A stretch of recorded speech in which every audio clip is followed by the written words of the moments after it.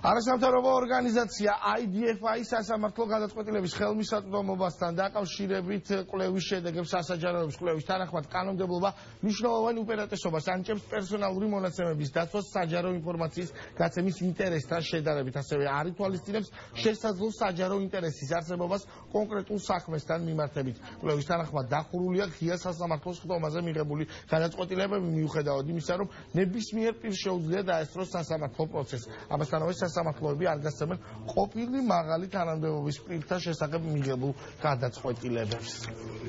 ჩვენ მოვითხოვეთ მაღალი თანამდებობის პირების შესახებ სასამართლო გადაწყვეტილებები, ზოგადად მაღალი საჯარო ინტერესის მქონე გადაწყვეტილებები, მათ შორის კაბელების საქმეზე, მათ შორის ყოფილი პრეზიდენტის საქმეზე, შინაგან საქმეთა მინისტრის საქმეზე, თბილისის მერის საქმეზე, მაგრამ ეს გადაწყვეტილებები ვერ მივიღეთ იმ მოტივით, რომ შეიცავს პერსონალურ მონაცემებს და საჭიროებს მათ თანხმობას.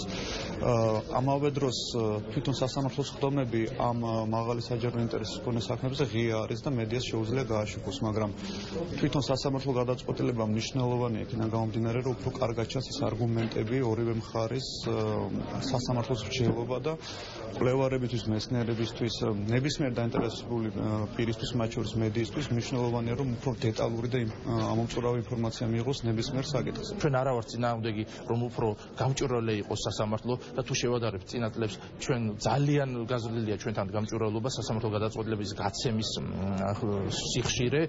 აქედან გამომდინარე, რაც უფრო გამჭვირვალე თუ კი ვიქნებით, ბუნებრივია ეს ჩვენი მიზანია და საზოგადოების ინტერესიც არის და ეს ასეც ხდება.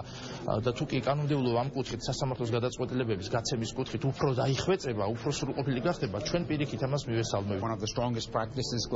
სასამართლოს მუშაობის მხრივ საქართველოში კარგი სიტუაციაა. მედიის დასწრება პროცესებზე მეტად მნიშვნელოვანია, რაც სასამართლოს გამჭვირვალობაზე მიუთითებს. რაც შეეხება ხარვეზებს, შემიძლია ვთქვა, რომ როდესაც სასამართლოს გადაწყვეტილებები ქვეყნდება, მითითებული არ არის კომპანიების ან პიროვნებების დასახელებები. ეს საჭიროა გარდა იმ შემთხვევებისა, როდესაც საქმე ძალადობას ეხება.